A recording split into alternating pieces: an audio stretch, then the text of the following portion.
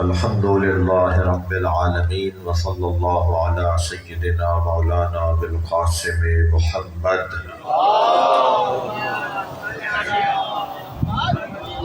وآله الطيبين الطاهرين المعصومين الذين قال الله إنما يريد الله ليذهب عنكم الرجس أهل البيت ويطهركم تطهيرا.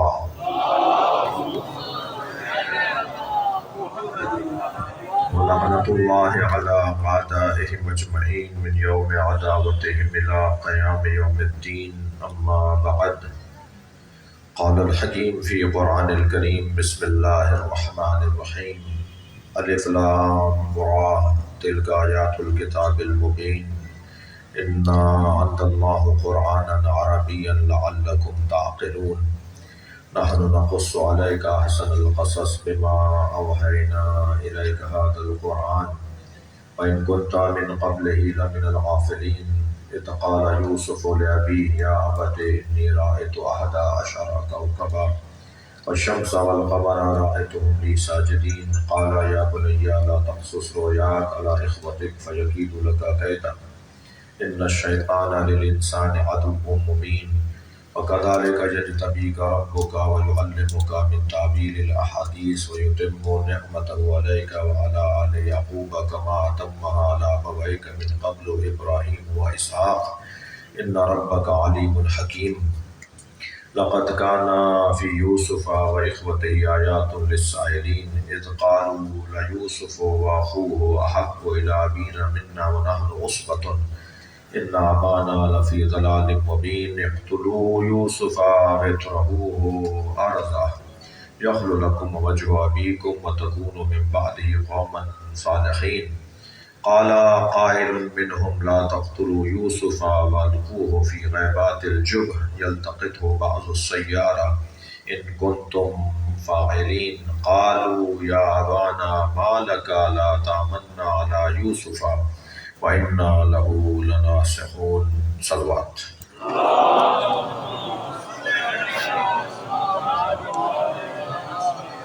سورہ مبارکہ یوسف کی آج 11ویں آیت اور ہمارا اس سال کا جو عشرے کا سورہ یوسف کی تفسیر کا بیان تھا وہ آج ایک منزل پائے گا اور ایک توقف کرے گا، اور آئندہ کی توفیق اور آئندہ کے ارادے اور آئندہ کی تائید الہی اور ہماری ہمت اور ہمارے ارادے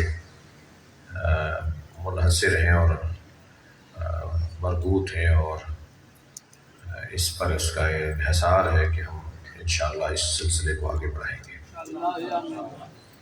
ماہ مبارک رمضان میں ایک خاص کیفیت اور قرآن فہمی کا ایک ذوق، شوق، توجہ اللہ کی عبادتوں پر ایک ماحول اللہ ہمیں بنا کے دیتا ہے، اور اس مہینے میں کیونکہ قرآن پڑھنے کا ثواب، اور ہم کیونکہ ثواب کی طرف توجہ زیادہ رکھتے ہیں، اس لیے کہ ہمیں مستقبل کی بہتری چاہیے، ہم سب کل کو بہتر کرنا چاہتے ہیں، اس لیے ثواب کی خاطر جب ہم جمع ہو جاتے ہیں تو پھر یہ قرآن کا ہنر ہے کہ پھر وہ ہمیں خود سے اور قریب کر دیتا ہے اور مضبوط بنا دیتا ہے، ہمارا تعلق قرآن سے گہرا ہو جاتا ہے۔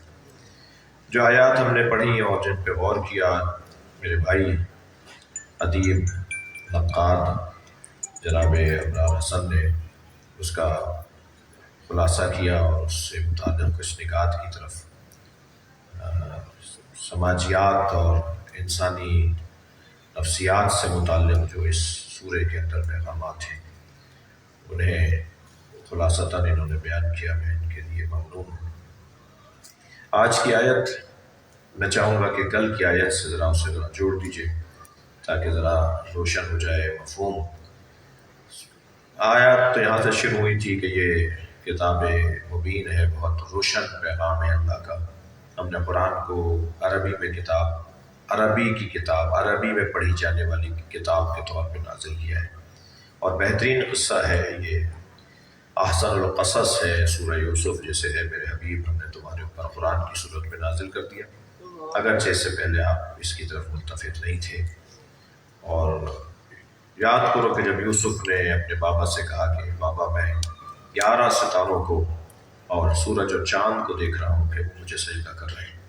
تو حضرت یوسف نے بلا فاصلہ، حضرت یعقوب نے بلا فاصلہ فرمایا، جب حضرت یوسف نے اپنا خواب بیان کیا تو بلا توقف فوراً فرمایا حضرت یعقوب نے کہ بیٹا یہ خواب اپنے بھائیوں کے سامنے بیان نہ کرنا، وہ تمہارے خلاف سازشیں کریں گے، اور شیطان انسان کا کھلا دشمن ہے۔ اور اللہ نے حضرت یوسف کو منتخب قرار دیا، مجتبی قرار دیا، بہت سارے کمالات انہیں دیے، انہیں تعبیر احادیث، تعبیر رویا، خواب کی تعبیروں کا علم عطا کیا، اور سماجیات، سیاسیات، حکومت رانی، شہرداری، شہربانی، حضرت یوسف کو یہ علوم اللہ نے عطا کیے۔ مملکت کیسے چلائی جائے گی، آگے جا کے خود حضرت یوسف دعویٰ کر رہے ہیں اس سورے میں، آئندہ سال اگر یعنی آئندہ کی نشستوں میں جب بات ہو تو خود حضرت یوسف اس کا دعویٰ کر رہے ہیں کہ میں انی حفیظ، میں مملکت چلا سکتا ہوں، میں ملک کو بچا سکتا ہوں، یہ دعویٰ کیا حضرت یوسف نے، اور اس کے بعد اپنی صلاحیتوں کا اظہار کیا۔ وہ اللہ اس کی طرف رہنمائی کر رہا ہے کہ ہم نے تمہارے پر نعمتوں کو تمام کیا ہے، جیسے آل یعقوب پر اور تم سے پہلے تمہارے آبا و اجداد جن میں ابراہیم اور اسحاق ہیں، ان کو بھی ہم نے یہ صلاحیتیں دی تھیں۔ یہاں پہنچنے کے بعد اللہ نے اعلان کیا کہ لقد کان فی یوسف و اخوتہ آیات للسائلین، چاہنے والوں کے لیے، طلب کرنے والوں کے لیے، خواہش رکھنے والوں کے لیے، جویندگان کے لیے حضرت یوسف کے قصے کو اللہ کہہ رہا ہے کہ اس میں بہت سی کھلی نشانیاں ہیں، بہت سی روشن نشانیاں ہیں، اور نہ صرف یوسف میں، لقد کان فی یوسف و اخوتہ، یوسف میں بھی اور ان کے بھائیوں میں بھی، ان کے بھائیوں کی جو عادتیں تھیں، مزاج تھا، کام تھا، باتیں تھیں، اس میں بھی بڑے پیغامات ہیں۔ کیا ہوا؟ اذ قالوا، قصہ اب اللہ یہاں سے شروع کر رہا ہے، یعنی یہ تو حضرت یوسف کا کہہ لیجیے کہ تقریباً 7 آیتوں میں قصہ حضرت یوسف کا ایک تعارف تھا، لیکن واقعہ جو شروع ہو رہا ہے وہ اس آیت سے، 8ویں آیت سے شروع ہو رہا ہے، اور واقعہ یہ شروع ہوا کہ اذ قالوا، کہا سارے بھائیوں نے آ کر، آپس میں بیٹھ کر، آپس میں ایک ساتھ بیٹھے تھے، اور ایک گفتگو، ایک میٹنگ، ایک اجلاس، ایک مذاکرہ ہو رہا ہے۔ اذ قالوا، انہوں نے کہا، کہ انہوں نے بھائیوں نے، یوسف و اخوہ احب الی ابینا منا، یوسف اور یوسف کا بھائی یعنی بنیامین، جو مادری بھائی بھی تھے اور پدری بھائی تو وہ بھی تھے حضرت یوسف کے، پدری بھائی وہ 10 بھائی اور بھی تھے، 2 بھائی یہ مادری بھائی بھی تھے، بنیامین اور حضرت یوسف۔ تو کہا کہ یوسف اور بنیامین بھائی سے احب الی ابینا منا، ہمارے بابا زیادہ پیار کرتے ہیں، جبکہ وَنَحْنُ أُسْوَةٌ، جبکہ ہم سب متحد ہیں، ہم سب ایک ہیں، ہم طاقتور ہیں، ہمارا گروہ بڑا مضبوط ہے۔ اِنَّ أَبَانَا لَفِي ضَلَالٍ مُبِينٍ، ہمارے بابا کھلی گمراہی میں ہیں۔ تو یہ توہین رسالت ہو رہی تھی بیٹوں کی طرف سے۔ صلوات پڑھیں ذرا محمد والے۔ یہ توہین رسالت تھی، اور سب نے لکھا ہے کہ یہ توہین رسالت ہے، یعنی اگر توجہ، اگر کوئی نبی ما سلف کے اندر اس عنوان سے یاد کیا جائے تو اسے امت کہے کہ یہ توہین رسالت ہے، اور اگر قرآن مجید کی ایک آیت کو لے کر نبی مکرم سے متعلق یہ بات کر دی جائے جی کہ جس میں توہین رسالت پائی جاتی ہے، وَوَجَدَكَ ضَالًّا فَهَدَىٰ، ہم نے آپ کو گمراہ پایا۔ سب جو لکھ رہے ہیں پہلے میں بیان کروں گا، پھر جو ہم نہیں سوچتے وہ بیان کروں گا۔ سورہ ضحیٰ کے اندر اس آیہ کریمہ کی تفسیر میں سرکار کے بارے میں یہ بولا جائے کہ وَوَجَدَكَ ضَالًّا فَهَدَىٰ، ہم نے حبیب تمہیں گمراہ پایا معاذ اللہ، اور پھر ہم نے تمہیں ہدایت دی۔ بڑے بڑے قلم کاروں نے، بڑے بڑے مفسروں نے یہی مراد لی ہے کہ اللہ کہہ رہا ہے، ترجمہ بھی یہی کیا ہوا ہے، سورہ ضحیٰ میں جا کے دیکھیے آپ، الم یجدک یتیما فآویٰ، ہم نے تمہیں یتیم پایا اور تمہاری سرپرستی کی۔ ووجدک ضالا فہدیٰ، ہم نے تمہیں گمراہ پایا، ہم نے تمہاری ہدایت کی۔ تو یہ والی آیات جہاں جب ہم اس آیت میں آئیں کہ ان ابانا لفی ضلال مبین، تو ہم کہیں یہ توہین رسالت ہے، اور جب سورہ ضحیٰ میں جا کر ہم اس آیت کو پڑھیں وَوَجَدَكَ ضَالًّا فَهَدَىٰ، تو پھر کیا فرق ہے اس توہین رسالت میں اور اس توہین رسالت میں؟ وہ بھی اللہ کا نمائندہ ہے، وہ بھی رسول ہے، وہ بھی رسولوں کا رسول ہے، ان کا مقام بھی کوئی کم مقام نہیں ہے، اگرچہ رسول اللہ سے جیسا مقام نہیں ہے۔ یہ ایک علیحدہ گفتگو ہے۔ فَضَّلْنَا بَعْضَهُمْ عَلَىٰ بَعْضٍ، ہم نے بعض نبیوں کو بعض نبیوں پہ فضیلت دی ہے، یہ بھی قرآنی ہے۔ تو اس عقیدے کو ملحوظ رکھتے ہوئے یہ توہین رسالت ہے نہیں ہے تو پھر کیا ہے؟ اچھا اور ذرا صفحہ پلٹیے، ایک اور آیت نظر آئی جی۔ اللہ قرآن مجید میں ایک جگہ بقول ہمارے بعض بھائیوں کے ارشاد فرما رہا ہے ما تأخر من ذنبه وما تقدم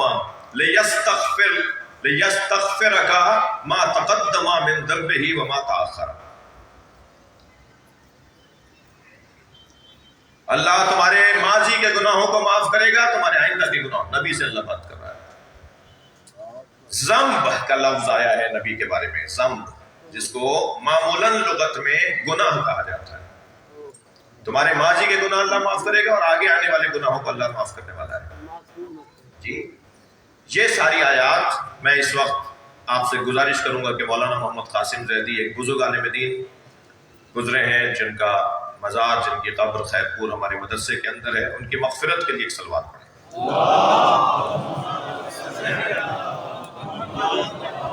حضرت علامہ مرزا یوسف حسین صاحب تشریف فرما ہو رہے ہیں، گزارش کروں گا تشریف فرما ہو، آگے تشریف لے آئے ہیں۔ آپ سب کی خاص طور پہ علماء کرام کی حفاظت، توفیقات خیر میں اضافے کے لیے بلند تر صلوات۔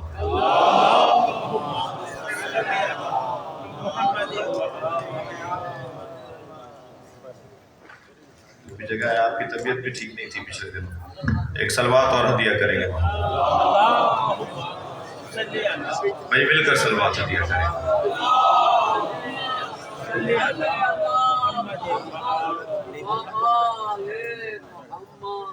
اتنے جناب مرزا یوسف حسین صاحب تشریف فرما ہو تو میں نجم الحسن جعفری صاحب سے گزارش کروں گا وہ بھی تشریف فرما ہو، تھوڑا آگے آ جائیں، ایک اور صلوات ہدیہ کریں نبی۔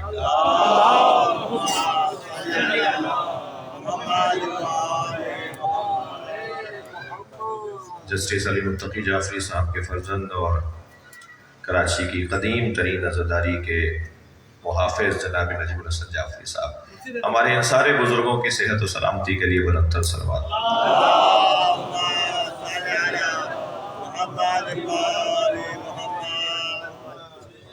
بات آگے بڑھے۔ مولانا محمد قاسم زیدی نے مولانا باب ہادی اشر علامہ ہلی کی کتاب عقائد پر جو مشتمل ہے، اس کتاب کی شرح فاضل مقداد کی شرح کی ہے، فاضل مقداد نے شرح کی ہے باب ہادی اشر کی، علامہ ہلی کے عقائد کا مجموعہ، ان کا بتایا ہوا بیان کیا ہوا، اس کی شرح فاضل مقداد کی، پھر شرح کی شرح مولانا محمد قاسم۔ اس میں مولانا نے جب بات آئی ہے انبیاء کرام کی، نبی مکرم خاتم الانبیاء حضرت محمد مصطفیٰ صلی اللہ علیہ وسلم، تو حضرت سے متعلق انہوں نے ان مسائل کو اس کے اندر بیان کیا ہے۔ تو میں بس جلدی سے گزروں گا کہ پہلی بات تو یہاں ضم کا لفظ نبی مکرم سے متعلق آیا کہ ہم تمہارے ماضی کے گناہوں کو بھی معاف کریں گے، تمہارے آگے کے گناہوں کو بھی معاف کریں گے۔ ما تقدم من ذنبہ وما تأخر، تقدم وما تأخر، جو پہلے گزر گئے، تقدم تأخر جو بعد میں آئیں گے، وہ ہم تمہارے گناہوں کو معاف کریں گے۔ یہ قرآن کی آیت۔ وَوَجَدَكَ ضَالًّا فَهَدَىٰ، ہم نے تمہیں گمراہ پایا پھر ہم نے تمہیں ہدایت کی۔ اس کا مطلب ہے کہ کوئی ایک زمانہ، چاہے وہ ایک دن کا، 2 دن کا، 1 گھنٹے کا، 1 لمحے کا گزرا ہو، کوئی ایک زمانہ ایسا کہ جو نبی مکرم معاذ اللہ ہدایت یافتہ نہیں تھے اور پھر اللہ نے انہیں ہدایت دی۔ تو پہلی بات تو یہ بات رہے کہ جب اللہ اور نبی کے رشتے میں بات ہو رہی ہو نا، تو بندوں کو اپنا اس میں قلم کاریاں نہیں کرنی چاہیے۔ جب بات اللہ اور اللہ کے بندے میں ہو رہی ہو، ہمیں کیا معلوم کون سے زمانے کی بات ہو رہی ہے؟ کیا کہنا؟ ہمیں کیا معلوم زمانہ بننے سے پہلے کی بات ہے یا زمانہ خلق ہونے کے بعد کی بات؟ ہمیں کیا معلوم کس دور کی بات ہو رہی ہے؟ تو پہلے تو ہمیں اس وادی کے اندر اپنی قلم کاریاں اور اپنی ریشہ دوانیاں کہتے تو اچھا ہے ان کا استعمال نہیں کرنا چاہیے. پھر علمی بات کر دیتا ہوں. یہ تو بات ہوئی تنقیدی بات. اور علمی بات یہ ہے کہ جب عربی میں اللہ نے قرآن کو نازل کیا ہے اور سورہ یوسف پکار کے کہہ رہا ہے کہ اِنَّا أَنزَلْنَاهُ قُرْآنًا عَرَبِيًّا لَعَلَّكُمْ تَعْقِلُونَ، یہ عربی میں پڑھی جانے والی کتاب ہے. اسے عربی میں کتاب بنا کے نازل کیا اللہ نے تاکہ تم اس پہ غور کرو. تو کیوں عربی میں اللہ نے قرآن کو نازل کیا؟ بہت گفتگو پہلے ہو چکی ہے. ایک سبب اس کا یہ کہ اس کے اندر وسعت زیادہ ہے. اس کے الفاظ کی جو گنجائش ہے وہ بہت زیادہ ہے. ایک زاویے سے ایک لفظ کو دیکھتے ہیں تو ایک معنی دیتا ہے، اسی لفظ کو دوسرے زاویے سے دیکھتے ہیں تو دوسرا معنی دیتا ہے. جب ایک ہی لفظ کئی معنی دیتا ہے تو آپ نے ترجمے میں وَوَجَدَكَ ضَالًّا فَهَدَىٰ، ہم نے آپ کو گمراہ پایا اور ہم نے آپ کو ہدایت دی. یہ کیوں ترجمہ کیا کہ ہم نے آپ کو گمراہ پایا؟ علامہ محمد قاسم زیدی صاحب نے اس کا ترجمہ کیا ہے، اسے نقطن صاحب نے بھی تائید کیا ہے. وہ نقطن صاحب ان سے سینئر تھے اگرچہ ہم عصر تھے. نقطن صاحب نے بھی اور بزرگوں نے بھی اس کو اس زاویے سے لیا ہے. وہ فرماتے ہیں کہ وَوَجَدَكَ ضَالًّا فَهَدَىٰ کا یہ مطلب نہیں ہے، توجہ، وَوَجَدَكَ ضَالًّا فَهَدَىٰ کا یہ مطلب نہیں ہے کہ تمہیں گمراہ پایا اور پھر اللہ نے تمہیں ہدایت دی، بلکہ اس کا مطلب یہ ہے کہ لوگوں کو تم سے گمراہ پایا، لوگوں کو تمہاری ہدایت دی.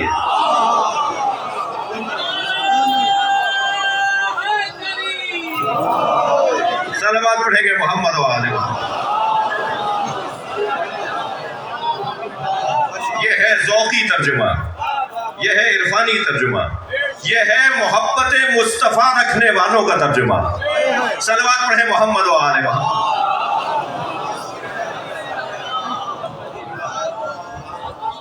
اور ہم ما تقدم من ذنبہ وما تأخر، اور آپ کے ماضی کے گناہوں کو بھی ہم نے معاف کیا اور آئندہ ہونے والے گناہوں کو بھی ہم معاف کریں گے. اللہ معاف کرنے والا ہے. یہاں ذنب کا ترجمہ گناہ کیوں لیا آپ نے؟ گناہ سے انسان کو ہوتی ہے تکلیف اگر فطرت سالم ہے. توجہ، علماء اکرام سے زیادہ دعا چاہیے مجھے. گناہ سے ہر فطرت سلیم اور سالم فطرت رکھنے والا گناہ کرنے کے بعد تکلیف میں مبتلا ہوتا ہے. پشیمانی، ندامت، دل بجھا، دماغ پر ذہن پہ تناؤ، یہ کیوں کر دیا، یہ کیوں ہو گیا، آئندہ نہیں کروں گا. گناہ کا نتیجہ ہے ذہنی تکلیف. ذنب کا ترجمہ صرف گناہ کیوں لیتے ہو، تکلیف ترجمہ کیوں نہیں لیتے؟ فرماتے ہیں کہ ترجمہ یہ کرو تمہاری ماضی کی تکلیفیں بھی ہم اٹھا لیں گے، آئندہ بھی تمہیں تکلیف نہیں ہونے دیں گے. صلوات پڑھ لیں محمد و آلہ محمد.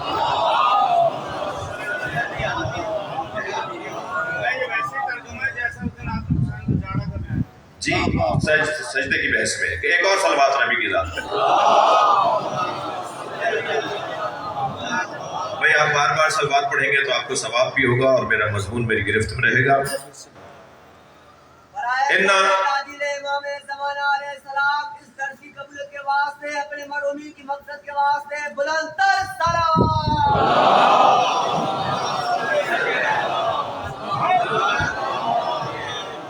ان ابانا لفی ضلال مبین. مگر یہ جو بات کر رہے ہیں، جو بیٹے بات کر رہے ہیں اپنے بابا کے لیے، اور بابا بھی بابا عام بابا نہیں ہے، عام والد نہیں ہے، نبی باپ، ان کے لیے کہہ رہے ہیں کہ ہمارا باپ، ہمارا بابا کھلی گمراہی میں ہے. اور یہ کہہ کر اب انہوں نے، بات ہوئی ہے ہمیں فکر کی کہ جی تکبر لاتی ہے، تکبر گناہ لاتا ہے. یعنی جو فکری طور پر کجی کا شکار ہو وہ پھر تکبر میں مبتلا ہو جاتا ہے، اور تکبر والا شخص گناہ میں مبتلا ہو جاتا ہے. انہوں نے پہلے فکر کی کجی کا اظہار کیا کہ ان آبانا لفی ضلال مبین، اور نحن عصبۃ، یہ تکبر کا اظہار کیا. اور پھر کہا اقتلوا یوسف واترحوہ ارضا، یوسف کو قتل کر دو یا دور دراز کسی زمین پہ لے جا کے پھینک دو، تاکہ یخل لکم وجہ ابیکم، تاکہ تمہارے بابا ہماری طرف توجہ کرنے لگے. بعد میں تکون من بعد قوم صالحین، بابا سے معافی مانگ لیں گے، بابا بعد میں توبہ کر لیں گے. ابھی تو خود قتل کر دو یوسف کو. اب کل کی جو گفتگو تھی میں اس سے آپ کو جوڑ رہا ہوں. قال قائل، انہی میں سے ایک شخص نے کہا. 10 ایک بات کر رہے ہیں اور ایک بات کر رہا ہے. یہ مت سوچو کہ ایک کیا کر لے گا، یہ مت دیکھو کہ اکیلا کیا کر لوں گا. ایک اگر حق بات بول رہا ہو تو حق بولنے والا غالب آ جاتا ہے ان پر جو باطل ہوتے ہیں. لہذا سب کہہ رہے تھے کہ یوسف کو قتل کر دو، مگر قال قائل، ان بھائیوں میں سے ایک نے کہا کہ ایسا نہیں کرو، لا تقتلوا یوسف، یوسف کو قتل نہیں کرتے، وَأَلْقُوهُ فِي غَیبَاتِ الْجُبِّ، انہیں کنویں کے اندر جا کے پھینک دیتے ہیں. یلتقطہ بعض السیارہ، کوئی قافلہ آ کر اٹھا کر لے جائے گا. ان کنتم فاعلین، اگر ایسا کر لیں تو بہتر ہے. سب کہہ رہے تھے مار دو، ایک نے کہا مارتے نہیں ہیں، پھینکاتے ہیں.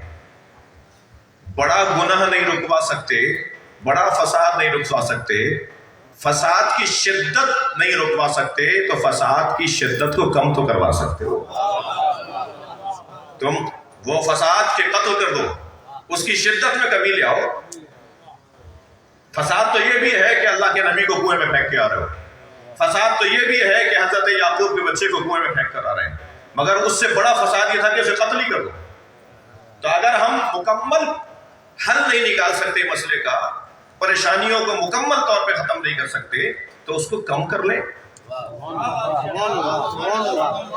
یہ اس نے کہہ کر، ایک تو اکیلے آدمی نے 10 آدمیوں کو، یعنی ایک آدمی کیا کر سکتا ہے؟ ایک آدمی بہت کچھ کر سکتا ہے.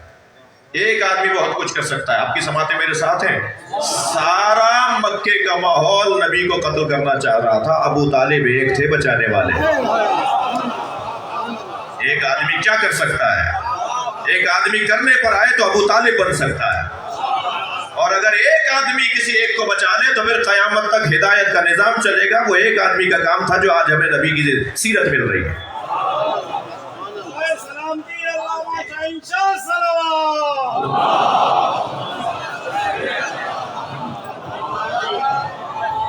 ایک آدمی قال قائل، ایک ان میں سے کہنے لگا، منہم، ان میں سے ایک نے کہا، لا تقتلوا یوسف، پھینک آتے ہیں، قتل نہیں کریں. اور پھر کوئی اور اٹھا کے لے جائے گا انہیں. یہ انہوں نے طے کر لیا. قصہ شروع ہو رہا ہے. یہ انہوں نے طے کر لیا کہ پھینک کر آنا ہے، مارنا نہیں ہے، پھینک کر آنا ہے. اب آج کی آیت اور چند پیغامات. پہلا پیغام آیت پہلے سن لیجیے. قالوا یا ابانا ما لک لا تامنا علی یوسف وانا له لناصحون. بابا کیا بات ہے؟ اب یہ گئے ہیں، ابھی منصوبہ شروع کر رہے ہیں. اب وہ کام شروع کرنے جا رہے ہیں جس کا انہوں نے طے کر لیا. طے یہ کیا کہ مارنا نہیں ہے، کنویں میں پھینکنا ہے.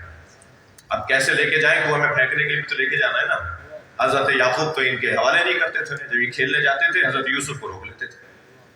جب یہ باہر بکریاں چرانے جاتے تھے حضرت یوسف کو روک لیتے تھے کہ نہیں، یہ چھوٹا ہے، یہ بہت نازنین ہے، یہ بہت حسین ہے، اسے دھوپ لگے گی، اس کا رنگ جو ہے وہ ایسا ہو جائے گا، بہت حسین خوبصورت. حضرت یعقوب اپنے پاس بٹھا لیتے تھے، ان کے پاس جانے نہیں دیتے. اچھا یہ سمجھتے تھے کہ بابا جو ہمارے ساتھ جانے نہیں دیتے، بابا کو یہ احساس ہے کہ ہم بے خیالی کریں گے، بے توجہی کریں گے، یوسف کو کوئی نقصان ہو جائے گا، بابا ہم پر اعتبار نہیں کرتے. یہ انہیں احساس تھا بھائیوں کو. تو کہا قالو، سب نے آ کر کہا، بابا کے سامنے آ کے بیٹھ گئے. بڑے بڑے جوان ہیں، ایک دو کی تو اس وقت شادی بھی ہو چکی تھی.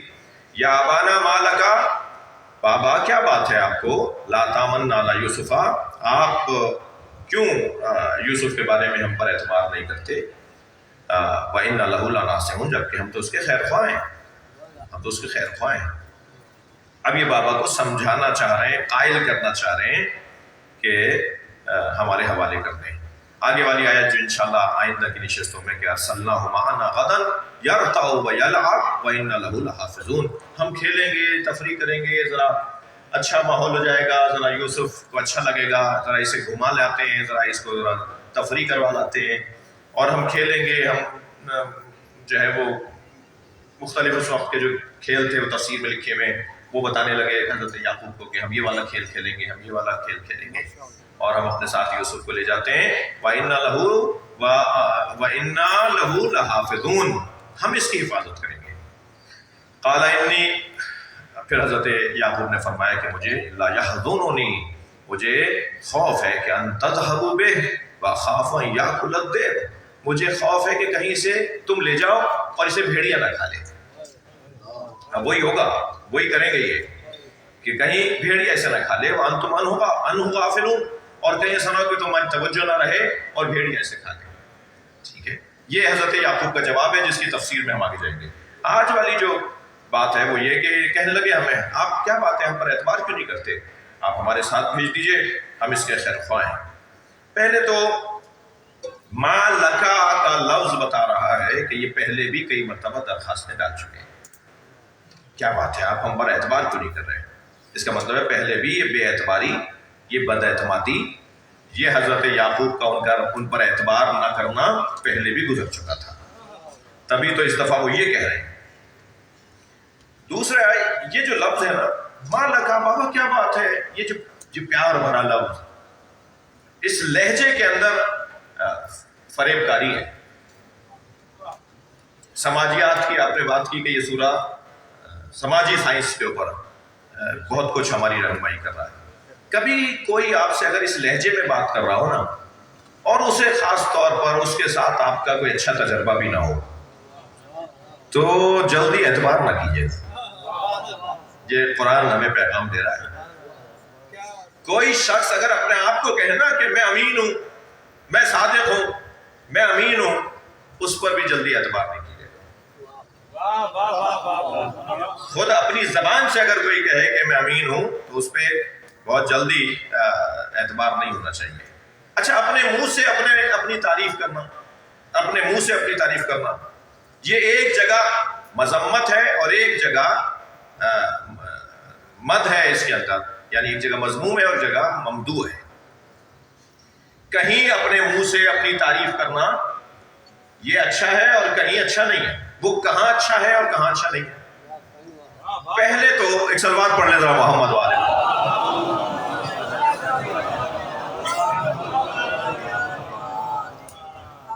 پہلے تو یہ ذہن میں میرے بچے اور جوان بٹھا لیں کہ جہاں بولنے والا معصوم ہو، نبی رسول اور امام ہو، وہ اگر اپنے بارے میں بات کر رہا ہے تو وہ تعریف نہیں کر رہا بلکہ اپنا تعارف کروا رہا ہے.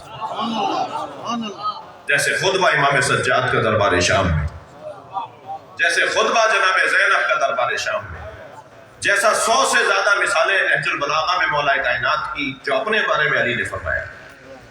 یہ ساری مثالیں، یا حضرت یوسف نے اسی سورے کے اندر آگے جا کر حضرت یوسف نے جو اپنے بارے میں کہا ہے کہ میں انی حفیظ، میں اجعلنی علی خزائن الارض، مجھے زمین کے خزانوں کا قرار دے، مجھے زمین کے اندر جو چیزیں ان کے اوپر مجھے اختیار ہونا چاہیے. انی حفیظ علیم، میں مملکت چلانے میں حفیظ بھی ہوں اور علیم بھی ہوں. میں حکومت چلانے میں حفیظ بھی ہوں، اس حکومت کی محافظت بھی کر سکتا ہوں اور جانتا بھی. یہ دو علیحدہ باتیں ہیں. جاننا اور ہے، اس جاننے کے مطابق اس پر عمل کرنا اور ہے. اللہ کرے میری بات جائے. جی، قابلیت اور ہے، قابلیت اور ہے، صلاحیت اور ہے. اچھا، ممکن ہے کوئی کہے کیا فرق ہے قابلیت میں اور صلاحیت میں؟ قابلیت میں اور صلاحیت میں فرق ہے. خون جگر کا مضمون ہے جو آپ کے سامنے عرض کر رہا ہوں. ایک آدمی کا، ایک شخص کا مجتہد العصر ہونا، مفتی دورہ ہونا، یہ قابلیت ہے. مگر آپ اس سے مسئلہ پوچھ کے بتائیے، بار بار چڑھے گا، میں نہیں بتاتا. یہ صلاحیت نہیں ہے کہ عالم. ایک اتنا بڑا ڈاکٹر ہے کہ اس سے بڑا کوئی ڈاکٹر نہیں ہے، مگر 2 مریضوں کو دیکھنے کے بعد تھک جاتا ہے، کہتا ہے میں نہیں دیکھ سکتا.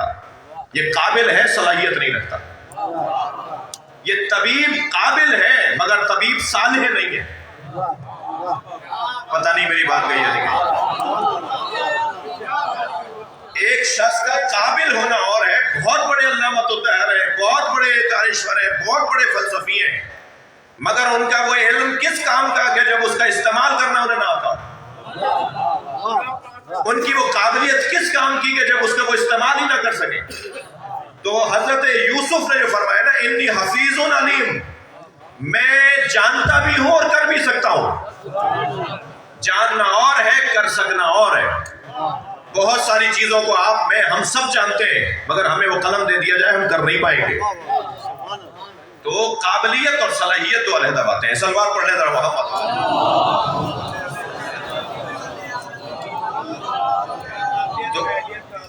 دونوں کا ایک جگہ جمع ہو جانا یہ ہنر ہے.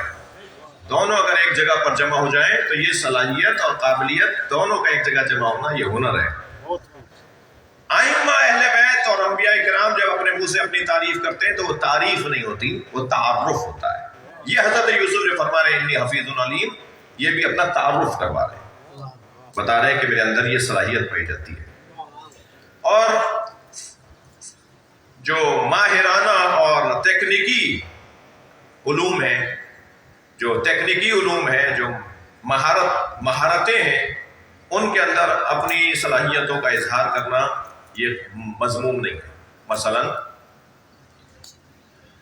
پرواز کے درمیان جہاز اڑ رہا ہے اور پرواز کے درمیان کسی مسافر کو کوئی تکلیف ہو جائے، ہارٹ اٹیک ہو جائے، اس کا کوئی آکسیجن گرنے لگے، اس کو کوئی بلڈ پریشر ہائی ہو جائے، کوئی بھی اسے تکلیف ہے، اور آواز لگائی جا رہی ہے کہ کوئی ڈاکٹر ہے، اور ڈاکٹر صاحب وہاں بیٹھ کے کہیں کہ اگر میں پڑھ کے کہوں میں ڈاکٹر ہوں تو یہ تکبر ہے. بھائی تمہیں تو خود پڑھ کے کہنا چاہیے میں ڈاکٹر ہوں. یہ مائک خراب ہو جائے، خدا نہ خواستہ میرے بھائی جو یہاں تشریف فرمائیے کسی غرض سے جائے اور بعد میں یہ آوازیں نکالنے لگ جائے، مثلا یہ مائک خراب ہو جائے، اور یہاں کوئی ایک فرد بیٹھا ہو جو مائک چلانا جانتا ہو، تو اس کو اظہار کرنا ہوگا کہ میں جانتا ہوں کام. اس کا یہ اظہار کرنا، اعلان کرنا، بتانا کہ میں یہ کام جانتا ہوں، یہ تکبر نہیں ہے، یہ خود پسندی نہیں ہے، یہ اپنی تعریف کرنا نہیں ہے، بلکہ اپنی صلاحیتوں کا اظہار ہے. تو عزیزو، جب وہ یہ کہہ رہے ہیں اِنَّا لَهُ لَنَاصِحُونَ، تو یہ لمبی اور بات اور اچھے اچھے نعروں کا اظہار ہے، اور یہ جھوٹ پر مبنی تھا کہ ہم حفاظت کریں گے. یہ بنائی جا رہی تھی بات، ایسا نہیں تھا. اور شیطان مزاج لوگ تو ویسے ہی اس بات کا اظہار کرتے ہیں کہ ہم تو آپ کے بڑے مخلص ہیں، اور یہ انداز شیطان کا حضرت آدم حوا کے ساتھ بہت پہلے رہا. انہوں سے کہا کہ گندم کھا لیجئے، کیا کہا؟ قاسمہما انی لکما لمن الناصحین ناصحون، میں تو آپ کا خیر خواہ ہوں. یہ جو میں آپ کو مشورہ دے رہا ہوں نا، جنت کا پھل کھا لیجئے، گندم کھا لیجئے، جو بھی پھل تھا، انہیں راغب کیا کہ یہ کھا لیجئے. تو پھر کہنے لگا میں تو لمن الناصحون، میں تو ناصحون میں سے ہوں، میں تو آپ کا خیر خواہ ہوں. تو یہ اِنَّا لَهُ لَنَاصِحُونَ، یا حضرت یوسف کا کہنا، یہ دونوں دو علیحدہ مفاہیم رکھنے والی باتیں ہیں.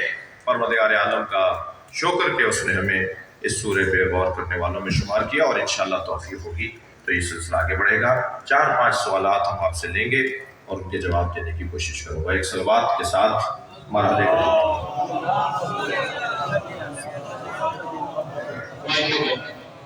خواتین اپنے خواتین کے پاس بھی مائک ہے، ساری پرچیاں بانٹی ہوئی. آپ میں سے کوئی سوال کرنا چاہتا ہو تو مائک ہے. ساری پرچیاں بانٹی، یہ پرچیاں آپ کو دینے کو لکھنا چاہے تو سوال. السلام علیکم بابا. بابا میرا عاقب حسین نام ہے، جامعہ کراچی کا طالب علم. میرا سوال عقیدہ بدع کے حوالے سے، کیونکہ عقیدہ بدع کی آڑ میں مسلک تشیع پر کافی الزام لگائے جاتے ہیں. برائے مہربانی اس کی وضاحت فرمائیں. عقیدہ بدع، عقیدہ رجعت، عقیدہ شفاعت، یہ ہمارے مخصوص امامیہ اثنا عشریہ شیعہ عقائد میں سے ہمارے کچھ خاص عقائد ہیں جن پر ہم قرآن اور حدیث سے دلیل رکھتے ہیں. ان میں ایک رجعت کا عقیدہ ہے اور ایک بدع کا عقیدہ ہے. شفاعت کا عقیدہ سنی بھائیوں کے ہاں اور غیر امامیہ کے ہاں بھی پایا جاتا ہے، لیکن ہمارے ہاں مسلم ہے، ان کے ہاں اختلافی ہے، یعنی وہاں مختلف عقائد ہیں شفاعت کے حوالے سے، مثبت یا منفی. لیکن ہمارے ہاں مثبت ہے، ہمارے ہاں بحث نہیں ہے. ایک آدھ دو نے بحث کی ہے تو وہ بھی اتنی مضبوط بات نہیں کر پائے کہ جو ان کی بات کو قابل اعتنا مانا جائے اور اس کو اہمیت دی جائے. لیکن عقیدہ بدع تو خالصتاً، اور عقیدہ رجعت تو خالصتاً امامیہ کا عقیدہ ہے. رجعت کے بارے میں پھر کبھی بات ہو، کیونکہ سوال رجعت کے بارے میں نہیں ہوا. بدع کے بارے میں عرض کروں کہ بدع کا ہمارا عقیدہ یہ ہے کہ اللہ جب مقدرات کو طے کرتا ہے، تقدیر کو طے کرتا ہے، تو وہ دو جگہ پر اس کا ثبت ہوتا ہے. کا جو ثبت کیا جاتا ہے، اسے لکھا جاتا ہے، اسے طے کیا جاتا ہے، اسے دو جگہ پر ثبت کیا جاتا ہے، ایک لوح محفوظ پر اور ایک لوح محو اثبات پر۔ یعنی ایک ایسی تختی، ایک ایسی جگہ ہے جسے لوح محفوظ کہا جاتا ہے، اور ایک ایسی جگہ ہے جسے لوح محو اثبات کہا جاتا ہے۔ یعنی اللہ نے طے کر دیا کہ مثلا مولانا سید محمد اور نقوی 55 سال کی عمر میں مثلا رحلت کر جائیں گے، مثلا اللہ نے یہ طے کر دیا۔ لیکن ایک اور تختی پہ لکھ دیا کہ اگر یہ شرائط ہوں گے تو اب اگر ان شرائط کو پورا نہیں اترتے ہیں تو اس سے پہلے بھی جا سکتے ہیں، اور شرائط پہ پورا اتریں تو اسی وقت پہ جائیں گے۔ یعنی ہماری تقدیر، اچھا یہ تو جینے اور مرنے کی بات ہے، اس کی رزق کے بارے میں، شادی بیاہ کے بارے میں، اولاد کے بارے میں، عزت احترام اور معاشرے کے اندر مقام اور اہمیت اور حیثیت کے حوالے سے، ان سارے امور میں جو ہمارے مقدرات سے متعلق چیزیں ہیں، ایک جگہ اللہ نے لکھ دیا ہے کہ یہ فیصلہ ہے شہنشاہ حسین نقوی کا، مگر ان شرائط کے ساتھ۔ اگر ان شرائط پر یہ پورا نہیں اترتے ہیں تو پھر یہ فیصلہ تبدیل ہو جائے گا۔ اس فیصلے کی تبدیلی کو ہم قضا کہتے ہیں۔ معصوم نے فرمایا کہ یہ 7 دن بعد مر جائے گا، 7 دن کے بعد کچھ لوگوں نے اسے بازار میں دیکھا، کہا مولا آپ نے فرمایا تھا یہ 7 دن بعد مر جائے گا، مگر یہ تو 8واں 10واں دن شروع ہو گیا، یہ نہیں مرا۔ حضرت نے فرمایا اس سے پوچھو کہ ان دنوں میں اس نے کیا کیا ایسے کام انجام دیے جو عمر بڑھا دیں گے۔ اس نے بتایا کہ میں اپنی پھوپھی سے ملنے کے لیے گیا تھا بہت مدت بعد۔ امام نے فرمایا صلہ رحمی سے عمر بڑھ جاتی ہے۔ اس نے کہا میں نے فلاں فقیر اور مسکین کو صدقہ دیا تھا، حضرت نے فرمایا صدقہ دینے سے عمر بڑھ جاتی ہے۔ اس کی تقدیر میں تو لکھا تھا یہ 7 دن بعد مر جائے گا، مگر اس نے اپنی موت کی شرائط تبدیل کر دی، اس لیے اس کی زندگی بڑھ گئی ہے۔ اسی کیفیت کو بدا کہا ہے۔ اب اس پر ہمارے بھائیوں کا جو اعتراض ہے، جو جس کی طرف میرے اسٹوڈنٹ طالب علم بھائی نے بات کی کہ ہم پر بڑا اعتراض ہوتا ہے، ہمیں اس بنیاد پہ بھی کافر کہا جاتا ہے کہ شیعہ حضرات اللہ کے علم کی تبدیلی قائل ہیں۔ جو موٹا اعتراض وہ کرتے ہیں، وہ یہ کرتے ہیں کہ شیعہ حضرات اللہ کے علم کی تبدیلی کے قائل ہیں، یعنی اللہ کا علم بدل جاتا ہے، ہمارا جو علم بدلتا ہے یہ طے ہے، ہمارا علم بہتر ہوتا ہے یہ طے ہے، ہمارا علم بدل جاتا ہے یہ طے ہے۔ ٹھیک ہے، تھوڑا گردن ہلائیے، کلاس ہو رہی ہے نا، مجھے کیا پتا کہ بات جا رہی ہے نہیں، تو یہ ہمارا علم تبدیل، لیکن اللہ کا علم تبدیل ہوتا ہے، یہ ہم پر الزام ہے، ہم اس کے قائل نہیں، یہ اس سے مختصر نہیں کر سکتا تھا اس بات۔ السلام علیکم۔ السلام۔ میرا نام عادل ہے، میڈیکل کا اسٹوڈنٹ۔ کون سا سال ہے؟ 3rd۔ کون سے شہر سے آئے ہوئے ہیں؟ جی میں کھانے وال سے۔ کھانے وال سے یہاں میڈیکل میں یونیورسٹی میں پڑھنے آئے ہوئے ہیں؟ جی بیٹا۔ قبلہ میرا سوال شہادت ثلاثہ کے بارے میں، نماز میں ثالثہ۔ جی ثالثہ، تو میں نے کافی ممبر پہ لوگوں کو اس کے بارے میں کہتے سنا، آپ کا اس کے بارے میں کیا؟ ویسے تم خانے وال سے آئے ہو تو تمہارا یہ سوال بنتا ہے۔ جی ایک سلمان پڑے ہوئے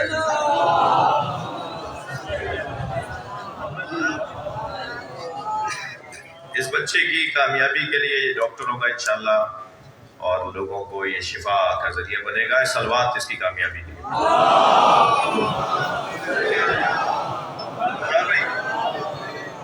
میں نے اپنے بارے میں طے کیا ہے، مجھے اپنے بارے میں طے کرنے کا حق ہے نا، میں نے اپنے بارے میں طے کیا ہے، کسی کے لیے نہیں کہہ رہا، کہ 2 موضوعات کو ممبر سے بیان نہیں کروں گا۔ مجھ سے اگر کوئی پوچھے گا تو بیان نہیں کروں گا، اور خود سے تو ویسے ہی نہیں کروں گا۔ 2 موضوعات کو میں ممبر سے اپنے لیے طے کیا ہے، جس پر کسی کو یہ بھی اعتراض ہے کہ انہوں نے اپنے لیے کیوں طے، بھائی میں اپنے لیے تو طے کر سکتا ہوں نا کہ میں کھانا کھاؤں نہیں کھاؤں، فلاں موضوع پر بات کروں یا نہیں کروں، فلاں موضوع پر گفتگو کروں یا نہیں کروں، یہ اختیار تو مجھے ہے نا۔ تو میں نے 2 موضوعات کے بارے میں اپنے اوپر طے کیا ہوا ہے کہ مجھے اس موضوع پر مائک پر بات نہیں کرنی، ممبر پر بیٹھ کر بات نہیں کرنی۔ ایک خونی ماتم، اس پہ کوئی مجھے بحث ہی نہیں کرنی، بات ہی نہیں کرنی بھائی۔ خما زنجیر کا ماتم کوئی کرتا ہے، کوئی نہیں کرتا، کوئی یہ کہتا ہے، کوئی وہ کہتا ہے، مجھے اس موضوع پر میں اتنا بڑا عالم ہی نہیں، مجھے اس موضوع پر بات ہی نہیں کرنی۔ ٹھیک ہے۔ دوسرا ہے شہادت ثالثہ کا مسئلہ، میں نے اپنے لیے طے کیا ہوا ہے کہ میں مائک پر اس کے نہ حق میں بولوں گا نہ اس کے خلاف بولوں گا، تو یہ اختیار مجھے دے دو۔ صلوات پڑھ لینا۔ میں 1 منٹ رکے گا، 3 سوالات ہیں۔ جی سر. اس میں سے ایک سوال میں یہاں لے لوں پہلے. قبلہ یہ بیمہ پالیسی سے کمایا جانے والا پیسہ اور اس میں نوکری کرنا جائز ہے یا ناجائز؟ تمام فقہا کے نزدیک چند شرائط کے تحت جائز ہے. دوسرا سوال. اللہ قسم بار بار کیوں اٹھاتا ہے؟ اللہ کو قسم اٹھا کر یقین دلانا کیوں ضروری ہے؟ اللہ قسم اس لیے نہیں کھاتا کہ اسے اپنی بات پر یقین دلوانا مطلب ہے، بلکہ جس کی قسم کھا رہا ہے اس کی تعظیم کروانا چاہتا ہے. السلام علیکم ورحمۃ السلام. اللہ. اگر ایک سوال میرا اور ایک میری والدہ کا ہے. والدہ کا سوال یہ ہے کہ ان کی بینائی کچھ کمزور ہو گئی ہے، تو وہ قرآن پڑھنے میں ان کو دقت محسوس ہوتی ہے. ان کا سوال یہ ہے کہ اگر قرآن کو دیکھنا، پڑھنا، سمجھنا سب میں ہی ثواب ہے، تو اگر اس کو دیکھ کے اس کو حروف کو دیکھ ہی لیں تو کیا اس سے ثواب انشاءاللہ حاصل ہوگا لازمی؟ اور دوسرا سوال اگر میرا یہ ہے کہ جیسے کہ ہم نے تفسیر یوسف میں ابھی پڑھا سیکھا، تو اس حوالے سے رہنمائی فرمائیے کہ جس طرح یعقوب علیہ السلام کا اپنا یوسف گمشدہ تھا، تو انہوں نے جو طریقہ اپنایا اپنے یوسف کو ڈھونڈنے کے لیے، اصل حاضر میں ہماری کیا ذمہ داری ہے کہ ہم اپنے گمشدہ یوسف کو کس طرح تلاش کریں؟ آخر میں میری التجا ہے کہ دعا فرمائیے کہ میری والدہ کی جو بینائی ہے اس میں پروردگار حضرت یعقوب علیہ السلام کے وسیلے سے اور یوسف زہرا علیہ السلام کے وسیلے سے ان کی شفا عطا فرمائے، اور اس مجمع میں جن جن کے والدین حیات ہیں ان کو طول عمر باعزت عنایت فرمائے، اور جن کے دنیا سے گزر چکے ہیں ان کی مغفرت فرمائے. السلام علیکم. ان کی والدہ کے لیے تو یہی ہے کہ عذر ہے ان کے ہاں، عذر شرعی ہے، ان کے پاس وہ جب نہیں دیکھ سکتی تو اللہ کسی کو اس کی طاقت سے زیادہ ذمہ داریاں نہیں دیتا. تو وہ سن لیں کہ کوئی اور سن رہا ہو، ریکارڈ چل رہا ہو قرآن کو سن لیں اور اس پہ غور کر لیں، یہی ان کے لیے کافی ہے. اس دور میں ہم حضرت امام زمانہ جل اللہ تعالیٰ کے حوالے سے کیسے اپنا استراب، تو حضرت یعقوب اور حضرت یوسف کا جو رشتہ تھا، جب تک ہم امام سے اپنا وہ رشتہ نہیں بنائیں گے اس وقت تک ہماری وہ کیفیت نہیں ہوتی. اور اس رشتے کو بنانے کے لیے اہتمام کرنا ہوگا، انتظام کرنا ہوگا. اور یقیناً وہ رشتہ ہمارا وہ رشتہ تو بن بھی نہیں سکتا جو یعقوب اور یوسف علیہ السلام کا رشتہ ہے، لیکن شدت دیدار، شوق دیدار، شدت شوق دیدار، صحیح ترکیب یہ بنے گی جی. شدت شوق دیدار کے لیے ہمیں ماحول بنانا ہوگا، بار بار ذکر کرنا ہوگا، ان کی اہمیت، ان کی فضیلت، ان کی ضرورت کو بار بار دہرانا ہوگا تاکہ شوق دیدار میں شدت آ جائے. جی یہاں سے قبلہ و کعبہ کو کہیں مجلس کے لیے بھی جانا ہے. آپ کا سوال ضرور لیں گے، لیکن ایک لمحے کا توقف کیجیے گا. ایک لمحہ. جی جی. مستورات کی جانب سے اگر کوئی مستور سوال کرنا چاہے تو وہ سوال کر سکتی ہیں. نہیں قبلہ کا یہ سوال آیا وہیں سے، کیا ارادتاً گناہ کرے اور سوچے بعد میں توبہ کر لے گا تو کیا خدا اسے معاف کر سکتا ہے؟ خدا تو معاف کرنے والا ہی ہے. مجھے احساس ہونا چاہیے کہ ہم سے غلطی ہوگی، بس. وہ کریم اللہ، اور خاص طور پہ ماہ مبارک رمضان میں اسلامک سرٹیفکیٹ آر حلال اور حرام.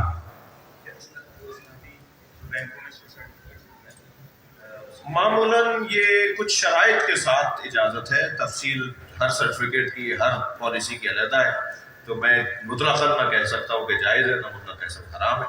ہاں جائز ہے چند شرائط کے ساتھ. یہ آخری سوال ہے. السلام علیکم. میرا نام طالب ہے. میرا موضوع سے ریلیٹڈ سوال نہیں ہے علامہ صاحب، معاشرے سے ریلیٹڈ ہے کہ جن کے یہاں اولاد نہیں ہوتی وہ لوگ اولاد لیتے ہیں، مطلب گود لیتے ہیں. تو بچہ اگر لڑکا ہے بالغ ہونے کے بعد ماں کے لیے محرم ہوتا ہے، یا اسی طرح لڑکی ہے کہ وہ مرد کے لیے نامحرم ہو جاتی ہے. اور اسی کے اندر دوسرا سوال یہ کہ اگر جنہوں نے گود لیا ہے وہ خاتون اس بچے کو دودھ پلاتے تو کیا وہ محرم ہو جاتا ہے یا نہیں ہوتا؟ دیکھیے، شرعی احکامات اور انسانی احکامات اور سماجی احکامات اور معاشرتی احکامات کو ہم بعض اوقات مخلوط کر رہے ہوتے ہیں. توجہ. شرعی احکامات کے مطابق محرم و نامحرم کی کچھ قید ہیں، کچھ نشانیاں ہیں، کچھ رشتے ہیں. کچھ عنوانات ہیں کہ یہ محرم ہے، یہ محرم نہیں ہے، اس کا ہم انکار شریعت کا کیسے انکار کر سکتے ہیں کہ یہ محرم ہے اور یہ محرم نہیں ہے؟ ٹھیک ہے، محرم کرنے کے کچھ رستوں میں یا محرم ہونے کے کچھ رستوں میں ایک یہ کہ جیسے آپ کی زوجہ کی والدہ جو ہے وہ آپ چاہے زوجہ سے علیحدگی ہو جائے، والدہ حرام ہے تابت، وہ قدرت نے پھر آپ کو اس رشتے کی وجہ سے ان کے لیے حرام کر دیا، محرم کر دیا. ٹھیک ہے، اس بچے کی صحت و سلامتی اور اس کی جرت کو جس طریقے سے اس نے جرت کی اتنے بڑے مجمع میں کم سنی میں سوال کرنے کی، ابھی اس میرا کی جواب توفیق ابھی وہاں جواب پورا نہیں ہوا، ابھی جواب پورا نہیں ہوا. ایک بیٹا رک جاؤ. ٹھیک ہے، ایک سلوات پڑھے ذرا محمد والے.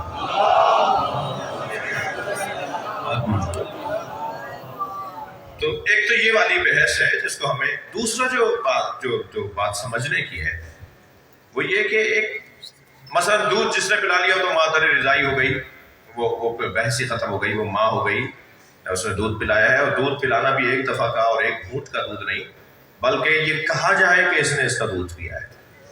یعنی معمولاً 14 دن 15 دن 10 دن 12 دن 20 دن کچھ ایک دورانیہ گزرے جو کہا جائے کہ اس کے اندر جو توانائی آئی ہے، اس کا جو گوشت اور اس کی ہڈیاں بنی ہیں وہ اس کے دودھ سے بنی ہے، فلاں خاتون کے دودھ سے بنی ہے، تو وہ مادر رضائی ہو جائے گی اور پھر اس کے لیے وہ بچہ محرم ہو جائے گا. لیکن وہ جو اصلی بات ہے کہ نہیں ایسا نہ ہو، دودھ پلایا، شیر تہی بھی نہ کی ہو اور پالا ہے، بڑا کیا ہے، تو میرے بھائیوں اس پہ اتنا ہمارے ہاں جو پریشان جن کی اولاد نہیں ہوتی، تنہائی کا شکار ہوتے ہیں، علاج معالجہ کے بعد بھی، اور قدرتی کچھ مسائل جس کی وجہ سے انہیں اولاد نہیں مل رہی ہوتی، اور وہ اولاد کسی سے بچہ لے لیتے ہیں جی، احساسات اور جذبات کے ساتھ اسے پالتے ہیں. اگر یتیم ہو تو کیا ہی ثواب کی بات ہے، اور پھر جب یتیم اور بے روارث بچے کو پال کر جوان کیا تو اب ایک مولوی صاحب آ کے کہتے ہیں یہ تو تمہارے لیے محرم نہیں ہے، تم کو اس کو دور کرو، تم اس کے ساتھ کیوں رہتی ہو، تم نے اس کا.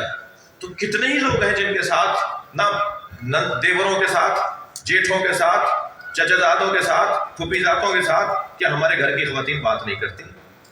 کیا ہمارے گھر کی خواتین بازاروں میں جا کر اور مارکیٹوں میں جا کر اور پڑوس میں جا کر یا آفسوں میں جا کر نامحرموں سے بات نہیں کرتی؟ ان کا کوئی تعلق نہیں ہے، وہاں کیسے کر لیتی ہیں؟ وہ جو وہاں طریقہ اپناتی ہے وہی طریقہ اس بچے کے ساتھ اپنا لو. ضروری چیزوں کا خیال کر لو، اس بچے کو گھر سے نہیں نکالو. اس بچی کو کہاں لے جا رہے ہو؟ اب یہ 9 سال کی بچی ہوئی ہے، تمہارے ساتھ اس کے جذباتی تعلقات ہو گئے، تم کہہ رہے ہو کہ یہ نامحرم ہو گئی، اس کو واپس کر دو. وہ نفسیاتی بیمار ہو جائے گی، وہ جا کے خودکشی کرے گی کہیں، وہ جا کر فساد پھیلائے گی کہیں، وہ بچی بھی وہ بچہ بھی. لہٰذا جس انداز سے اس مسئلے کو ہمارے یہاں پیش کیا جا رہا ہے وہ انداز بھونڈا انداز ہے. خدا کے واسطے بچہ لیتے وقت بات سوچ کر بچہ لو، جب لے لو اور جوان کر دو تو حیوان نہ بنو بلکہ انسان بن کے ہی اس کو منزل تک پہنچاؤ.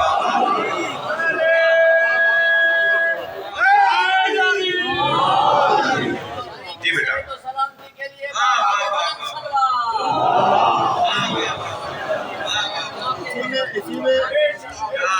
جی بیٹا، اسی میں سوال یہ جی. کہ ماں باپ کی حیثیت رہے گی نا ان کی، کس کی؟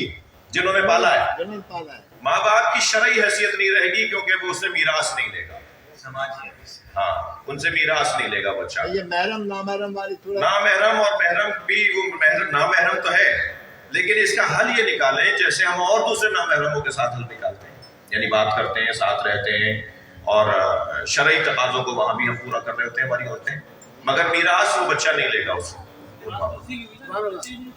نہیں، وہ ماں باپ اگر لکھ کر نہیں گئے، وراثت وصیت نہیں کر کے گئے تو ان ماں باپ کے بھائیوں کو ملے گی، اس بچے کو نہیں ملے گی. بہنوں کو ملے گی، بھائیوں کو ملے گی، اس بچے کو نہیں ملے گی. مگر یہ کہ وہ وصیت کر جائیں، وصیت بھی کریں گے تو 1/3 وصیت پر عمل ہوگا، باقی پھر بہن بھائیوں کو چلا جائے گا. مگر یہ کہ اپنی زندگی میں اس کے نام ٹرانسفر کر کے چلائیں، تو وہ تو روڈ چلتے کو بھی ٹرانسفر کر کے جا سکتے ہیں، وہ انہوں نے اس بچے کو کر دیا.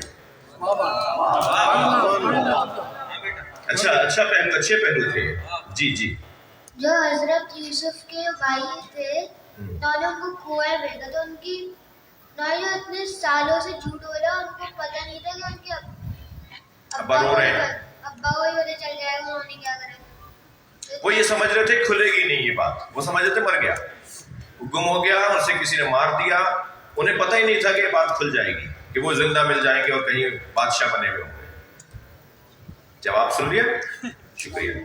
دعا کریں گے یا اللہ ہمارے بولنے بیٹھنے کو اچھا ٹھیک ہے سوال ٹھیک ہے. السلام علیکم، میرا نام اسما ہے اور یہ سوال میری بہن کا ہے. وہ اور ان کے شوہر جو ہے روزگار کے سلسلے میں دبئی میں ہوتے ہیں. اچھا، ان کا ایک گھر یہاں بھی ہے، تو وہ جو ہے 3 دن کے لیے 4 دن کے لیے اگر یہاں کراچی آتے ہیں تو روزہ اور نماز کے قصر ادا کریں گے یا نماز اور روزہ جو ہے پورا رکھا جا سکتا ہے ان کے لیے؟ یہ سوال. ایک شخص کے 2 وطن ہو سکتے ہیں. اگر وہ دبئی میں رہتے ہیں تو اسے اپنا وطن طے کر لیں، شرعی طور پر خود سے نیت کر لیں اور کراچی کو بھی اپنا وطن بنا لیں، یعنی جہاں ان کا گھر ہے یا جہاں وہ رہتے ہیں. تو ایک شخص کے 2 وطن ہو سکتے ہیں، جیسے نبی کے 2 وطن تھے. مکہ بھی نبی کا وطن تھا، مدینہ بھی نبی کا وطن تھا. واہ. تو ایک شخص 2 سے زیادہ وطن نہیں رکھ سکتا. تو اب وہ یا تو یہ طے کر لیں کہ جب میں کراچی آؤں گا تو کراچی میرا وطن ہے، تو چاہے 1 دن کے لیے آئیں، 1 وقت کی نماز کے لیے آئیں، یعنی 1 وقت نماز کا انہیں مل رہا ہو تو وہ نماز پوری پڑھیں گے جی. اور اگر وہ 1 دن کے لیے آئیں تو روزہ بھی پورا روزہ رکھیں گے. لیکن اگر انہوں نے ترک وطن کی نیت کی ہوئی ہے کہ نہیں بھی گھر تو ہمارے 50 شہروں میں، اللہ آپ کو دے آپ کے کئی شہروں میں گھر ہو جائے، یہ کوئی دلیل نہیں ہوئی کہ ہمارا اس شہر کے اندر گھر ہے. گھر سے وطن نہیں بنے گا، نیت سے وطن بنے گا. اگر آپ نے نیت کر لی ہے کہ کراچی ہمارا وطن ہے، چاہے اپنا گھر ہو یا نہ ہو، مثال حیدرآباد ہمارا وطن ہے چاہے ہمارا گھر وہاں ہو یا نہ ہو، اگر نیت کر لی ہے کہ یہ میرا وطن ہے تو پھر وطن میں 1 دن کے لیے بھی آئیں گے تو روزہ رکھیں گے اور 1 وقت کے لیے بھی آئیں گے تو نماز پوری پڑھیں گے. لیکن اگر وطن نہیں ہے تو وہ 10 دن سے کم کے قیام میں نماز قصر پڑھیں گے اور روزہ بعد میں قضا کریں گے. روزہ رکھنا ان پہ واجب نہیں. جی السلام علیکم قبلہ. میرا ایک سوال ہے، آپ نے بتایا تھا کہ فطرانہ جب چاند نظر آ جائے عید کی نماز سے پہلے دیا جائے، کہ مطلب مجھے پتا ہے کہ یہ فطرانہ کا حقدار ہے کہ میں فطرانہ وہ 25 یا 26 رمضان کو نکلوانا چاہتا ہوں، دینا چاہتا ہوں، اس کے لیے کیا ہے؟ فطرہ ہم چاند سے پہلے نہیں دے سکتے، قرضہ دے سکتے ہیں اور چاند رات کو قرضے کی نیت بدل سکتے ہیں. مثلاً آپ نے آج ہی کسی کو فطرے کی رقم بے عنوان قرضہ کسی غریب مسکین کو دے دیا، وہ کپڑے بنا لے، وہ اپنے گھر میں راشن ڈلوا لے، وہ اپنی مشکل دور کر لے، اور شب عید جب فطرہ واجب ہو جائے تو آپ کہیں وہ جو میں نے قرضہ دیا تھا وہ میں معاف کرتا ہوں، ٹرانسفر کرتا ہوں، نیت تبدیل کرتا ہوں کہ وہ میرا قرضہ فطرے میں حساب ہو جائے، مجھے واپس نہیں چاہیے.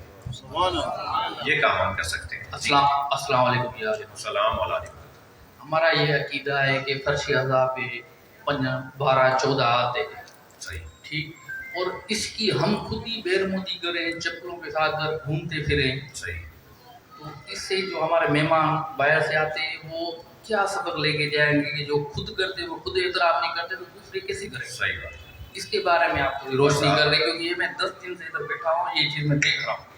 اچھا، آپ نے بس نصیحت کر دی، بھائی بات صحیح کر رہے ہیں. سوال ایک آخری خواتین کریں گی اور اس کے علاوہ آپ لوگوں کو بہت سوال ہے، لیکن اگر قبلہ کو ایک مجلس میں جانا ہے، بڑی مجلس ہے، شہر کی ایک شہید کی مجلس ہے. شہید سلمان حیدر ایک چھوٹا سوال یہ ہے کہ چہلوں میں جو ہے وہ صبح روزہ رکھے پہ اپنی مسجد جب جاتی ہے، وہاں سے شام کو 6 بجے آتی ہے اور آگے سو جاتی ہے، اور روزہ پھر وہ رات کو 9 بجے آتے ہیں. کیا صحیح ہے یا اس کو پہلے روزہ کھولنا چاہیے اور پھر سو؟ دیکھیے روزہ تو وقت پر کھل جاتا ہے چاہے ہم کچھ کھائیں یا نہ کھائیں. یہاں وقت ہوا روزہ کھل گیا. روزہ ہمارے کھانے سے نہیں، منہ کو کھولنا نہیں ہے، روزے کے کھولنے کی بات ہو رہی ہے. گلے کے کھولنے کی بات نہیں ہو رہی کہ گلے سے کچھ اترے گا تو افتتاح ہو گیا جی، روزہ کھل گیا. تو وہ اگر سو جاتی ہے بچی اور وہ مثال دیر سے اٹھتی ہے، اس کے اندر اتنی حکمت ہے کہ وہ نیند غالب ہے اور بھوک میں سو رہی ہے، اور افطار کا وقت ہوئے 2 گھنٹے گزر گئے، اس کے بعد وہ اٹھ کے کچھ کھا پی رہی ہے، تو وہ روزے کی صحت پہ کوئی اثر نہیں ہے. ثواب ہے، مستحب ہے، سنت ہے کہ وقت افطار کچھ کھایا جائے، لیکن روزے کی صحت پہ کوئی اثر نہیں. قبلہ کی صحت و سلامتی کے لیے بلند تر سلام آپ سب کی سلام. یا اللہ ہمارے بولنے بیٹھنے جمع ہونے کو عبادت شمار فرما، مجلس کے آداب و تہذیب پر ہمیں توفیق عطا فرما، ہم سب کی عاقبت بخیر فرما، جن مرحومین کے نام پورے شرع میں لیے گئے ان سب کی مغفرت فرما، حاضرین کے مرحومین کی مغفرت فرما، اس آبادی کے مومنین کے مرحومین کی مغفرت فرما، امام زمانہ کے ظہور میں تعجیل فرما. توفیقات خیر میں اضافے کے لیے خاص طور پہ الحرمین کے تمام دوست، موسیٰ بھائی خاص طور پر، ان کے بھائی محمد علی، نوازی بھائی، عمران بھائی، سلمان، ان کی بہنیں، ان کا خاندان، آپ سب آپ سب کی دعاؤں کے لیے، آپ سب کے لیے دعا کر رہا ہوں اللہ کی بارگاہ میں۔ ناظمین محفل ہمارے عشرے نے جو خدمات انجام دی، برار بھائی ڈاکٹر ندیم، اقبال حیدر ندیم صاحب، جناب نجمی صاحب، ان دوستوں نے جو خدمات انجام دی، ان سب کی توفیقات خیر میں اضافہ۔ جن شعراء کرام نے اپنا کلام یہاں پیش کیا، ہماری خواہش ہے اور مانگا بھی ہے سب سے، ڈاکٹر ندیم ڈاکٹر جاوید منظر سے لے لیں گے آج کا کلام۔ یہ جو کلام قرآن کے مضمون پر لکھا گیا ہے، لکھے گئے ہیں 10 کلام لکھے گئے ہیں اس 10 دنوں میں، انہیں آئندہ انشاءاللہ کسی کتاب سے کی صورت میں مطبوعہ اس کو طبع بھی کروائیں گے۔ تو یہ بھی ایک ہدف تھا۔ ان سب کی جو خدمت تھی، یہ ہمارے بھائی جو مائک سیٹ کرتے ہیں، یہ جو کیمرہ مین دوست کھڑے ہیں، جو باہر ہمارے والنٹیئرز کھڑے ہیں، وہ جو ہماری انتظامیہ کے جوان کھڑے ہیں، ان سب کی توفیقات خیر، رزق، عزت میں اضافے کے لیے بلندتر صلوات۔ آپ بھی 1 منٹ بیٹھ رہیں گے، قبلہ بھی بیٹھیں۔ 1-2 گزارشات کرنی ہے میں نے۔ ایک تو یہ کہ یہ عشرہ آج تفسیر کا تمام ہوا ہے، کل بھی اسی وقت اسی مقام پہ جشن ولادت امام حسن منعقد ہوگا۔ دوسرے یہ کہ میں آپ سب کے وسیلے سے قبلہ شہنشاہ صاحب کے لیے 2 منٹ بیٹھ رہی ہے، 1 منٹ سے قبلہ شہنشاہ صاحب اور ان کی فیملی کے لیے دعا کروں کہ پروردگار قبلہ کے علم اور رزق اور والد کی تو صحت اور تندرستی، ہمارے والد ہی ہیں، ان کی فیملی میں علم عافیت نصیب فرمائے۔ پاکستان میں بہت جگہ سے آفر تھی، قبلہ رضویہ آ گئے، محبت ہے آپ سب کی، تو میں نے گزارش کی اور قبلہ نے 10 دن رضویہ کے لیے نکالے اور کراچی کے لیے نکالے۔ اگر آپ کو یہ سارا منظر اچھا لگا، اگلے سال قبلہ پھر یہاں بیٹھے اور ایک تفسیر ہو سکے تو باواز بلند صلوات پڑھیے گا۔ صلی اللہ علیہ وسلم۔ میں 1 منٹ بیٹھے، میں آپ لوگوں کو لگ رہا ہے کہ آغا شہنشاہ کو میں شہنشاہ صاحب اور شہنشاہ بھائی بھی کہتا ہوں، بھائی بھی ہیں میرے، اور عابد صاحب تو والد کی جگہ ہمارے قبلہ جو اون نقوی تھے حج پہ اور زیارتوں پہ ہمارے ساتھ ساتھ۔ یہ عشرہ میں نے منعقد نہیں کیا، ہماری فیملی اور قبلہ کی فیملی نے مل کے منعقد کیا۔ ہم نے چاہا یہ کہ اب وہ سلسلہ ختم ہو گیا، تھوڑا سا دور ہو گئے ہم کہ قرآن اب تو اکثر جو ہے ہمارے سویم اور 40ویں میں بھی ہم جلدی سے مجلس میں ہی آ جاتے ہیں۔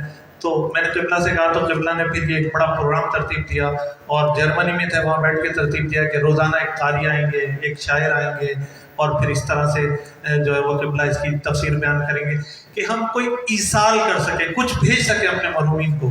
تو قرآن کی تفسیریں جو قبلہ نے عرض کی، میں اپنے تمام خانوادے اور قبلہ شہنشاہ نقوی صاحب کے خانوادے، بڑے بھائی ان کے اون صاحب، ان کی اہلیہ، ان کو، اپنے والدین کو، اپنے ماموں، نانا نانی، پھوپھا پھوپھی، تمام، اور جو لوگ بھی آئیں ان سب کے خانوادوں کو یہ تفسیر کی محفل کو ہدیہ کرتا ہوں۔ اس کے علاوہ تمام شہداء کو ہدیہ کرتا ہوں، تمام شاعر جس نے کسی نے ایک شعر بھی امام حسین کے لیے لکھا اس کو ہدیہ کرتا ہوں، تمام ذاکرین کو ہدیہ کرتا ہوں۔ انشاءاللہ یہ محفل اسی طرح جاری رہیں گی۔ اس کے ساتھ ساتھ میں مشکور ہوں شہر کے وہ معروف لوگ جو فرش ازاں بچھاتے ہیں، خاص طور پہ آج میں علی متقی جعفری صاحب کے فردر نجم الحسن جعفری صاحب کو دیکھ کے انتہائی خوش ہوں۔ بریڈر صاحب بیٹھے ہوئے ہیں، کاشف بھائی، میں بڑا مشکور ہوں۔ مرزا یوسف صاحب قوم کے بڑے جید علماء کرام، اور ندیم بھائی اور جو ہے ہمارے ابرار بھائی اور ان کے پورے قبیلے نے بڑا تعاون کیا۔ میں اپنے اہل محلہ کا بڑا ممنون ہوں، میں عالم شاہ جی کا ممنون ہوں، شمسی بھائی جنہوں نے پورا گھر کھولا ہوا ہے، شاہد بھائی، جنرل وارڈ کی پوری ٹیم، دارا بھائی جو لوگ چائے بنا رہے ہیں، وہ سب کچھ۔ یہ عشرہ آج ختم نہیں ہوا، یہ کل ختم ہوگا۔ علی کونسل کا بڑا مشکور ہوں، میرے سامنے رضویہ ٹرسٹ کے لوگ آئے ہیں، ان کا بڑا مشکور ہوں، جو لوگ آتے رہے ان سب کا بڑا مشکور ہوں۔ سب کی توفیقات میں اضافے کے لیے باواز بلند نعرہ صلوات پڑھیے گا۔ اللہ